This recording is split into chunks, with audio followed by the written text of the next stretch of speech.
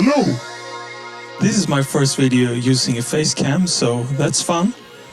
And it's also going to be a special video in another way, because this month marks a year since I started using Blender more seriously and actively starting to try to learn.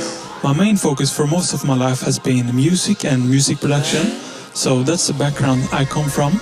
But more recently, I became really interested in Blender. So I thought I would take the chance to share how I would recommend starting out with Blender, If you're interested in it. so at least for me, when I first opened Blender, I was really tempted to just jump straight Into it. because I had seen so much cool stuff on the internet, like cool renders, cool pictures on Pinterest, if anyone uses it, like cool car renders, like render challenges all over the internet. So yeah, I just want to make cool things.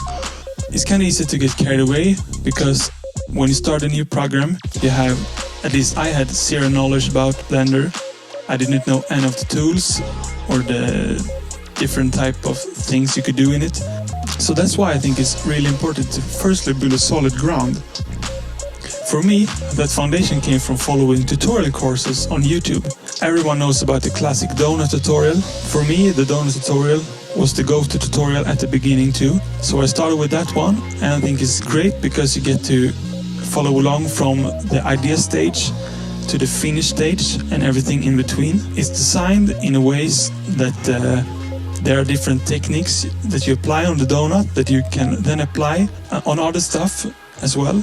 And it covers like everything in Blender in a really easy and cool way. Thumbs up for donut tutorial. And after I had watched the donut tutorial, I came along this really good education channel, and his channel is called Ryan King Art, and he's really good at explaining things for beginners. I would really recommend this tutorial where he creates a robot from scratch. That video really helped me grasp the fundamentals and introduce me to tools like extruding or using different basic modifiers like mirror modifiers, and also like understanding the basics of origin points and what the 3D cursor does and stuff like that. Courses like these often come in multiple parts and they can take a few hours to complete, but I think it's really worth it. They can definitely be demanding and at times a bit frustrating. I also think they are necessary.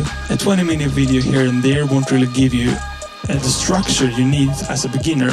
A proper beginner course though gives you a solid foundation to build from. Once I felt more confident with the basics after watching these courses, my next step was to figure out what I actually wanted to do in Blender and what was the purpose for me. So I used to search like a lot of inspiration online and scrolled through cool reels on Instagram and took ideas from video games like Super Mario. For example, maybe I would imagine how would I create the star from Super Mario. And then I would try to do it with the basic knowledge I had attained from the beginner courses I had watched. I would often run into problems. This also could be really frustrating. Then you would probably have to troubleshoot and search for different solutions on the internet. I think having to research and troubleshoot and eventually find a solution makes the learning stick, and it's very satisfying for the brain to solve a problem by your own. And right now, what I am still working on is constantly reinventing what I want to do in Blender. Because as a beginner, it's easy to fall into the same type of workflow, which often leads to the same type of results. That's why I try to keep looking for inspiration and pushing myself to explore different styles and methods. Both the art I want to make, but also the way I want to reach the goal.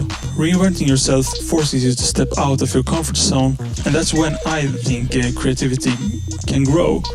Because if you do the same thing over and over again, you won't really find the inspiration at the end of the day. So that's just a few basic tips that I came up with. And let me know if you have any questions below. Have a nice day.